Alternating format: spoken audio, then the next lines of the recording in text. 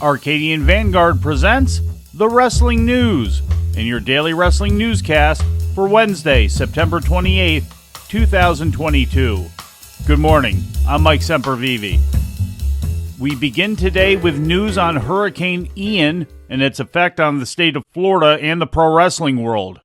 With a powerful storm beginning to make landfall in west central Florida today, WWE has decided to make the decision to postpone this weekend's NXT house shows originally scheduled to take place in Tampa and Dade City.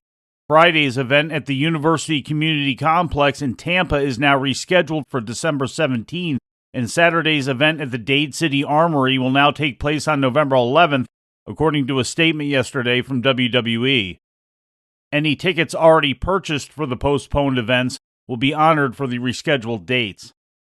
Late Monday night, AEW President Tony Khan followed up on an email he sent to all employees with a social media post announcing it was strictly voluntary for anyone who could be affected by the hurricane to travel to the Dynamite TV taping today in Philadelphia.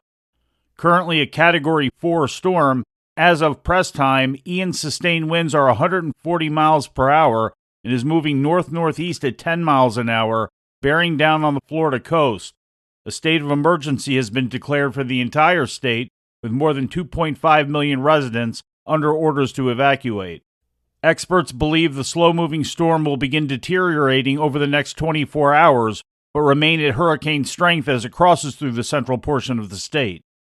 While Orlando is one of the cities that looks to be directly affected by Ian's path, last night's NXT television was not affected.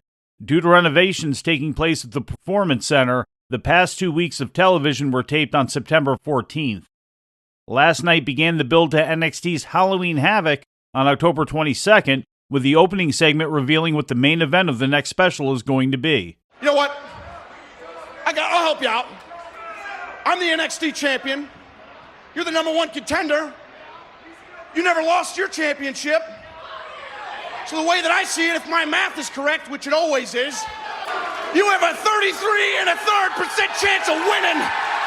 1, 2, 3. I say we make this match a triple. I'll see you boys at Halloween Havoc. During an in-ring promo, NXT heavyweight champion Braun Breaker challenged former NXT UK champions Ilya Dragunov and JD McDonough to a triple threat match for his title on the Halloween-themed show. Later, Dragunov made his NXT debut by defeating Zion Quinn. The main event saw Josh Briggs and Brooks Jensen defeat Mark Coffey and Wolfgang of Gallus in a Pub Rules match, which was a no disqualification bunkhouse-style tornado tag team match. During a post-match brawl, Gallus's Joe Coffey, who was banned from ringside for attacking security earlier in the show, came out and punched out a referee as the entire group brawled with security. That led to a storyline suspension announced once the show went off the air. WWE issued a statement which read, "Due to Gallus's actions involving the assault of WWE officials and security after their Pub Rules tag team match, Wolfgang, Mark, and Joe Coffey have been suspended indefinitely, effective immediately." Earlier in the show, Wes Lee defeated Tony D'Angelo in a qualifying match where the winner moved on to the upcoming North American title ladder match at Halloween Havoc. The match came to an end when D'Angelo tweaked his knee, taking a drop toe hold into the corner, and the referee called the match off. Lee now joins Oro Mensah and former champion Carmelo Hayes as 3 of the 5 participants in the match. During the show, it was revealed that the final 2 qualifying matches will take place next week, with Andre Chase facing Von Wagner and the winner of Nathan Frazier versus Axios also advancing. Frazier and Axios were already scheduled to wrestle their rubber match in their 3-match series. The North American title became vacant when Solo Sikoa, who is now on SmackDown, was forced to relinquish the title last week on the program. NXT Women's Champion Mandy Rose defeated Fallon Henley with a knee strike in a non-title match. After it was over, Alba Fire appeared on video to challenge Rose for the title at Halloween Havoc. Also on the program, Brutus Creed defeated Damon Kemp by disqualification, Saul Ruka debuted with a victory over Amari Miller, Joe Gacy defeated Cameron Grimes, and Nikita Lyons defeated Caden Carter which now likely sets up a tag team title match between champions Carter and Katana Chance defending against Lyons and Zoe Stark. Moving to ratings, WWE Monday Night Raw held steady in the face of competition for Monday Night Football and the new television season.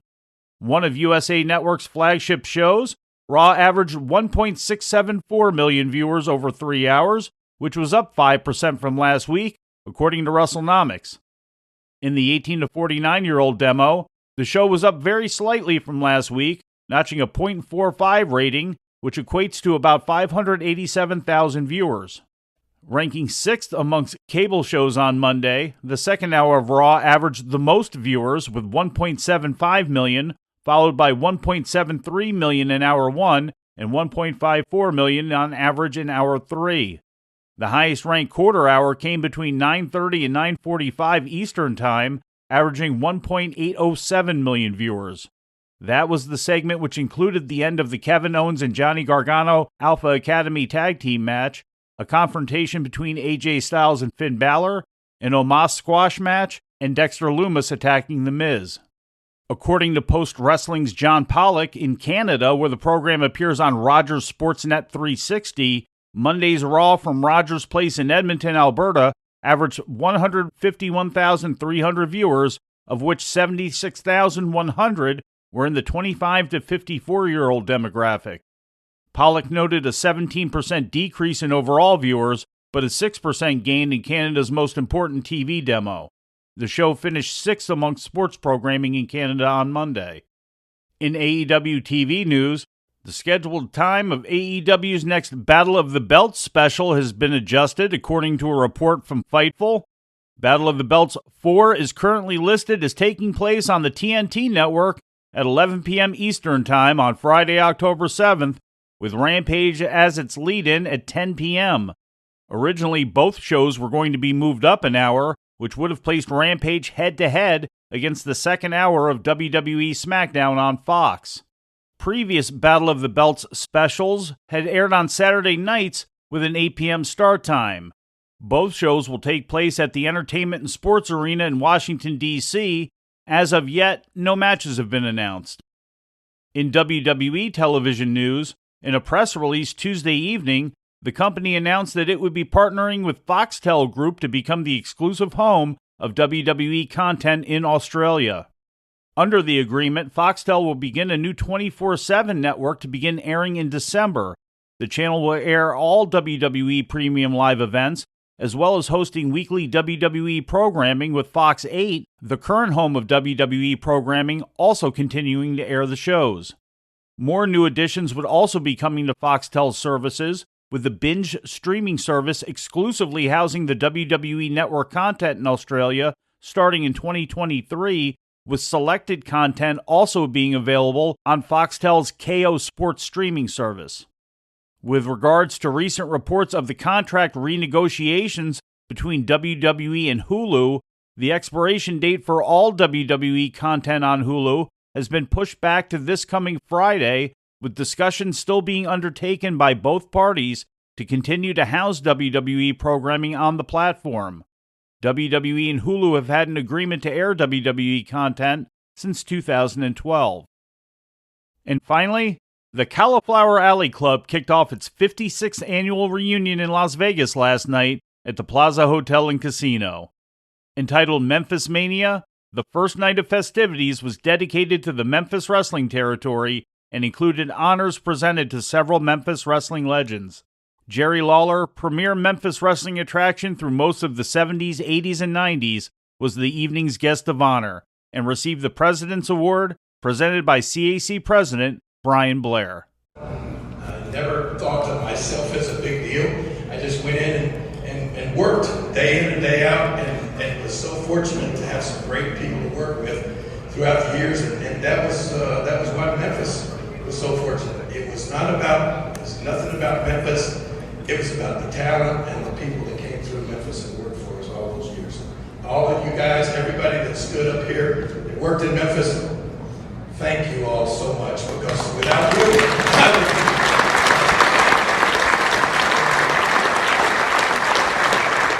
Tommy Rich was presented with the Men's Wrestling Award, and the Rock and Roll Express who were first teamed up by Lawler and Memphis co-promoter Jerry Jarrett in 1983, received the Tag Team Award. Jacqueline Moore, who performed in Memphis in the early 1990s as Miss Texas, received the Women's Wrestling Award.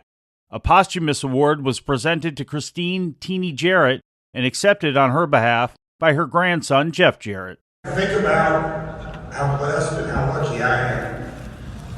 I'm the only one in the business. I've got 4 or 5 siblings. Teeny had 2 kids, so I'm the only one in the business today. And I would not be here on this stage had it not been for her. A fixture of pro wrestling in Tennessee, Kentucky, and Indiana for decades, Teeny Jarrett originally worked as a local promoter for the Nick Goulas-Roy Welch territory, and later the Memphis-based territory started in the late 70s by her son Jerry. The evening also included the James C. Melby Historian Award, presented to longtime wrestling author Steve Johnson, and a tribute to CAC Executive Board member and advisor Carl Lauer, who passed away last April. The CAC reunion concludes tonight with the main awards banquet, also to be held at the Plaza. Established in 1965 by veteran wrestler and character actor Mike Mazurki, the CAC is a nonprofit fraternal organization which also raises money for wrestlers in financial need. In a correction from yesterday, during a story on Ted DiBiase Jr. and Mississippi welfare fraud, I mistakenly attributed 2 terms to current Republican Mississippi Governor Tate Reeves. Governor Reeves was actually elected to the position in 2019 when he defeated his Democratic opponent, then State Attorney General Jim Hood. Reeves served as lieutenant governor under Phil Bryant for 8 years, who was unable to run for a 3rd term due to term limits. I apologize for the error. And before we leave you today, we'd like to remind you that however you consume your content, you can find the wrestling news 24 hours a day and 7 days a week across social media. On Twitter, follow us at Wrestling News AV. Our Facebook page is also Wrestling News AV. The Wrestling News can also be found on the Arcadian Vanguard YouTube page. And for those who utilize Amazon Echo devices, just tell Alexa to play the Wrestling News podcast, and remember to make sure you add podcast at the end. Once again, for daily updates, breaking news, and more, follow the Wrestling News across social media. And that's the news for today. If anything happens, we will be here to tell you about it. No clickbait, no paywall, just the Wrestling News. The Wrestling News is a division of Arcadian Vanguard, and the Wrestling Newscast is a production of the Arcadian Vanguard Podcast Network.